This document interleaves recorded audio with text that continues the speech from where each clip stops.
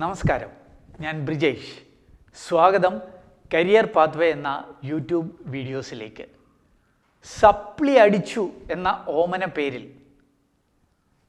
Arrear പേപ്പറുകൾ, back paper ഉള്ളവരെ ഒത്തിരി പേരെ കണ്ടെത്താറുണ്ട്, പ്രത്യേകിച്ച് ബിടെക്കുകാരുടെ ഇടയിൽ.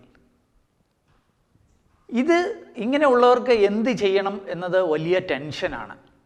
അല്ല, ഇവരുടെ ഭാവി എന്താകും എന്നത് മാതാപിതാക്കൾക്ക് വലിയ കൺഫ്യൂഷനാണ്. ഇങ്ങനെയുള്ളവർക്കുള്ള ചില മാർഗനിർദ്ദേശങ്ങളാണ് ഞാൻ ഈ വീഡിയോയിൽ പറയാനായിട്ട് ശ്രമിക്കുന്നത്. ഈ വീഡിയോ നിങ്ങൾ പൂർണ്ണമായിട്ടും കാണുക. കണ്ട് ഇഷ്ടപ്പെട്ടാലും ഒന്ന് ലൈക്ക് ചെയ്യാനായിട്ട് മറക്കല്ല്, ഫ്രണ്ട്സിന് ഷെയർ ചെയ്യുക. ഈ യൂട്യൂബ് ചാനൽ നിങ്ങൾ ഇതുവരെ സബ്സ്ക്രൈബ് ചെയ്തിട്ടില്ലെങ്കിൽ ഈ വീഡിയോയുടെ താഴെയുള്ള സബ്സ്ക്രൈബ് എന്ന റെഡ് ബട്ടൺ ക്ലിക്ക് ചെയ്യുക. അതിനുശേഷം ലഭിക്കുന്ന ബെൽ ബട്ടൺ കൂടി എനേബിൾ ചെയ്യുക. എൻ്റെ വാട്സാപ്പ് ജോബ്സ് ഗ്രൂപ്പിൽ നിങ്ങൾക്ക് മെമ്പറാകാൻ ആഗ്രഹിക്കുന്നുവെങ്കിൽ ഈ വീഡിയോയുടെ ഡിസ്ക്രിപ്ഷനിൽ അതിൻ്റെ ലിങ്ക് ഉണ്ട്. ആ ലിങ്കിൽ ക്ലിക്ക് ചെയ്ത് നിങ്ങൾക്ക് മെമ്പറാകാനായിട്ട് സാധിക്കും. വീണ്ടും സ്വാഗതം കരിയർ പാത്വേയിലേക്ക്.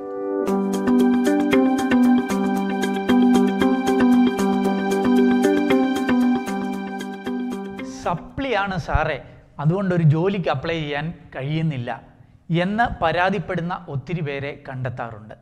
എന്നാൽ ഓർക്കുക, എലിജിബിലിറ്റി ക്രൈറ്റീരിയ ഉള്ള അല്ലെ കട്ട് ഓഫ് മാർക്ക് വേണം, അല്ലെങ്കിൽ നോ അരിയേഴ്സ് എന്ന് പറയുന്ന ചില ടിയർ 1 കമ്പനികൾ ഒഴികെ, അതുമല്ലെങ്കിൽ പ്രത്യേകിച്ച് ഒരു ഡിഗ്രി വേണം എന്ന് നിഷ്കർഷിക്കുന്ന ചില സർക്കാർ, അർദ്ധ സർക്കാർ സ്ഥാപനങ്ങൾ ഒഴികെ മറ്റെവിടെയും അരിയർ ഉള്ളവർക്ക്, സപ്ലി ഉള്ളവർക്ക് അപ്ലൈ ചെയ്യാനായിട്ട് സാധിക്കും.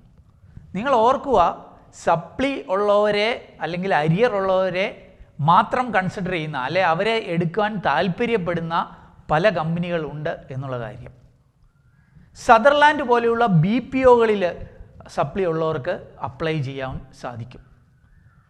അതുമല്ലെങ്കിൽ ഒട്ടനവധി സ്റ്റാർട്ടപ്പ് കമ്പനികൾ അവരെ എലിജിബിലിറ്റി ക്രൈറ്റീരിയയോ കട്ട് ഓഫ് മാർക്കോ നമ്പർ ഓഫ് അരിയേഴ്സോ ഒന്നും ശ്രദ്ധിക്കാറില്ല.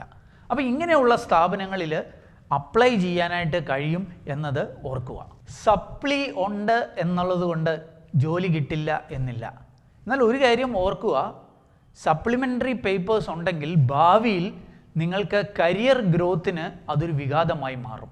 അതുകൊണ്ട് തന്നെ നിങ്ങളുടെ അരിയർ പേപ്പേഴ്സ് ക്ലിയർ ചെയ്യുക എന്നുള്ളത് വളരെ പ്രധാനപ്പെട്ടതാണ്. ഒത്തിരി അരിയർ പേപ്പേഴ്സ് ഉള്ളവരാണെങ്കിൽ ഒരുപക്ഷെ ഒറ്റയടിക്ക് അതെല്ലാം ക്ലിയർ ചെയ്യാൻ പറ്റി എന്ന് വരത്തില്ല. അതുകൊണ്ട് തന്നെ അതിൻ്റെ എണ്ണം കുറച്ച് കൊണ്ടുവരിക. 3, 4, 2, 3 ഒക്കെ ഉള്ളെങ്കിൽ എത്രയും പെട്ടെന്ന് അത് ക്ലിയർ ചെയ്ത് എടുക്കാനായിട്ട് ശ്രമിക്കുക. നിങ്ങളുടെ പേപ്പേഴ്സ് ക്ലിയർ ചെയ്യാത്തിടത്തോളം കാലം നിങ്ങളൊരു ബിടെക് വിദ്യാർത്ഥിയാണെങ്കിൽ പോലും നിങ്ങളുടെ യോഗ്യത ഒരു +2 മാത്രമേ ഉള്ളൂ എന്നുള്ള കാര്യം ഓർക്കുക. ഇനി കൂടുതൽ സപ്ലി ഉണ്ട്, അത് എഴുതിയെടുക്കാൻ യാതൊരു മാർഗവുമില്ല എന്നുണ്ടെങ്കിൽ ക്രെഡിറ്റ് ട്രാൻസ്ഫർ സ്കീം എന്ന് പറഞ്ഞൊരു സംഭവമുണ്ട്. നിങ്ങൾ പഠിച്ച വിഷയങ്ങളുടെ ക്രെഡിറ്റ് മറ്റൊരു യൂണിവേഴ്സിറ്റിയിലേക്ക് ട്രാൻസ്ഫർ ചെയ്ത് ബാക്കി പേപ്പറുകൾ മറ്റൊരു യൂണിവേഴ്സിറ്റിയിൽ പൂർത്തിയാക്കി ആ ബിരുദം നേടുവാനായിട്ടുള്ള ഒരു അവസരമുണ്ട്. ഇതിനെക്കുറിച്ച്, ഈ ക്രെഡിറ്റ് ട്രാൻസ്ഫർ സ്കീമിനെക്കുറിച്ച് ഒരു വീഡിയോ ഞാൻ പിന്നീട് ഈ ചാനലിൽ ചെയ്യുന്നതായിരിക്കും. അപ്പോൾ നിങ്ങൾക്ക് അതിനെക്കുറിച്ച് കൂടുതലായിട്ട് മനസ്സിലാക്കാം. ഏതായാലും ഇങ്ങനെയും ഒരു മാർഗം നിങ്ങൾക്കുണ്ട് എന്നുള്ള കാര്യം ഓർക്കുക. മറ്റൊരു കാര്യം നിങ്ങൾ ശ്രദ്ധിക്കാനായിട്ടുള്ളത്, കരിയർ ഗ്യാപ്പ് വരാതിരിക്കാൻ ശ്രമിക്കുക എന്നുള്ളതാണ്. നിങ്ങൾക്ക് അരിയർ ഉണ്ടെങ്കിൽ നിങ്ങൾ 1, 2 വർഷം അത് എഴുതിയെടുക്കുന്നതിന് വേണ്ടി സമയം ചെലവഴിച്ചാൽ നിങ്ങളുടെ കരിയറിൽ ആ 2 വർഷം ഒരു ഗ്യാപ്പ് വന്നിരിക്കുകയാണ്. പിന്നീട് ഒരു ജോലിക്ക് അപ്ലൈ ചെയ്യുമ്പോൾ അതൊരു ബുദ്ധിമുട്ടായി മാറും. അതുകൊണ്ട് ആ ഗ്യാപ്പ് ഫില്ല് ചെയ്യുക എന്നുള്ളത് പ്രധാനപ്പെട്ടതാണ്. അതുകൊണ്ട് ഈ അരിയർ എഴുതുന്ന സമയത്ത് നിങ്ങൾ എന്തെങ്കിലും ഒരു പാർട്ട് ടൈം ജോലിക്കോ ഒക്കെ ശ്രമിക്കാവുന്നതാണ്. ഉദാഹരണത്തിന് സദർലാൻഡ് പോലെയുള്ള BPOകളിൽ വർക്ക് ചെയ്താൽ അവിടെ പലപ്പോഴും വർക്കിംഗ് ടൈം എന്ന് പറഞ്ഞാൽ UK ഷിഫ്റ്റ് ആയിരിക്കും. അപ്പോൾ ക്ലാസ്, ജോലി സമയം എന്നൊക്കെ പറഞ്ഞാൽ ചിലപ്പോൾ ഒരു 3 മണി തൊട്ട് രാത്രി വരെ ആയിരിക്കും, രാത്രി ഒരു 10 മണി വരെ ആയിരിക്കും. അപ്പോൾ ഈ 3 മണി വരെയുള്ള സമയത്ത് നിങ്ങൾക്ക് പഠിക്കാനായിട്ട് ഉപയോഗിക്കാം, അതല്ലെങ്കിൽ ഒരു ട്യൂഷന് പോകാനായിട്ട് ഉപയോഗിക്കാം. അപ്പം നിങ്ങളുടെ കരിയറിൽ ഒരു ഗ്യാപ്പ് വരാതെ ഇരിക്കും. അതുമല്ലെങ്കിൽ നിങ്ങൾക്ക് ഈ സമയത്ത് എന്തെങ്കിലും ട്രെയിനിങ്ങിനൊക്കെ ആയിട്ട് ഉപയോഗിക്കാം. ഞാൻ പറയാൻ ശ്രമിക്കുന്നത്, നിങ്ങളൊരു ട്രെയിൻഡ് ഫ്രഷറായി ഈ സമയം കൊണ്ട് മാറാൻ സാധിക്കും എന്നുള്ളതാണ്. എന്താണ് ട്രെയിൻഡ് ഫ്രഷർ? അതിനെക്കുറിച്ച് ഞാൻ മറ്റൊരു വീഡിയോയിൽ ഈ യൂട്യൂബ് ചാനലിൽ തന്നെ പറയുന്നുണ്ട്. നിങ്ങൾക്ക് താല്പര്യമുണ്ടെങ്കിൽ ആ വീഡിയോ കാണാം. നിങ്ങൾക്ക് ഇഷ്ടമുള്ള മേഖലകളിൽ ഈ കാലങ്ങളിൽ ചില ട്രെയിനിങ്ങുകൾ എടുക്കുക. അങ്ങനെ ആ ടെക്നോളജി പഠിച്ച് നിങ്ങളുടെ അരിയർ കഴിയുന്ന സമയം കൊണ്ട് നിങ്ങൾ പൂർണ്ണമായിട്ടൊരു ട്രെയിൻഡ് ഫ്രഷർ ആവുകയും ഉടൻ തന്നെ മറ്റൊരു ജോലിയിൽ കയറാൻ പറ്റുകയും ചെയ്യും.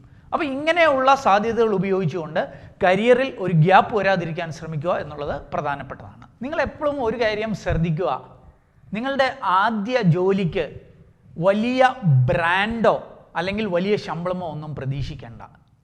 അല്പം ഗ്ലാമർ കുറഞ്ഞ ജോലികളിൽ തന്നെ കയറാൻ ശ്രമിക്കുക.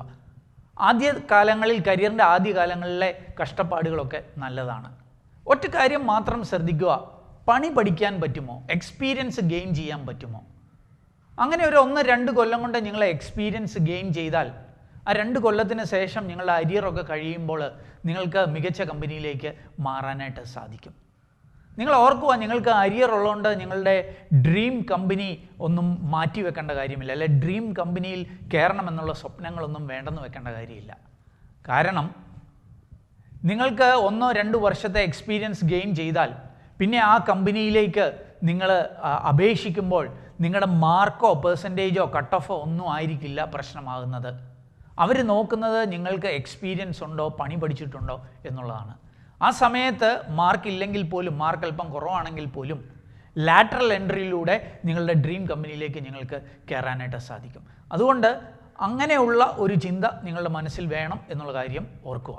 ഇല്ലാത്ത കാശ് ഉണ്ടാക്കി അതല്ലെങ്കിൽ എവിടുന്നെങ്കിലുമൊക്കെ ലോൺ എടുത്ത് നമ്മളെ പഠിപ്പിക്കുന്ന മാതാപിതാക്കളെ നാം ഒന്ന് മനസ്സിൽ ഓർക്കുക.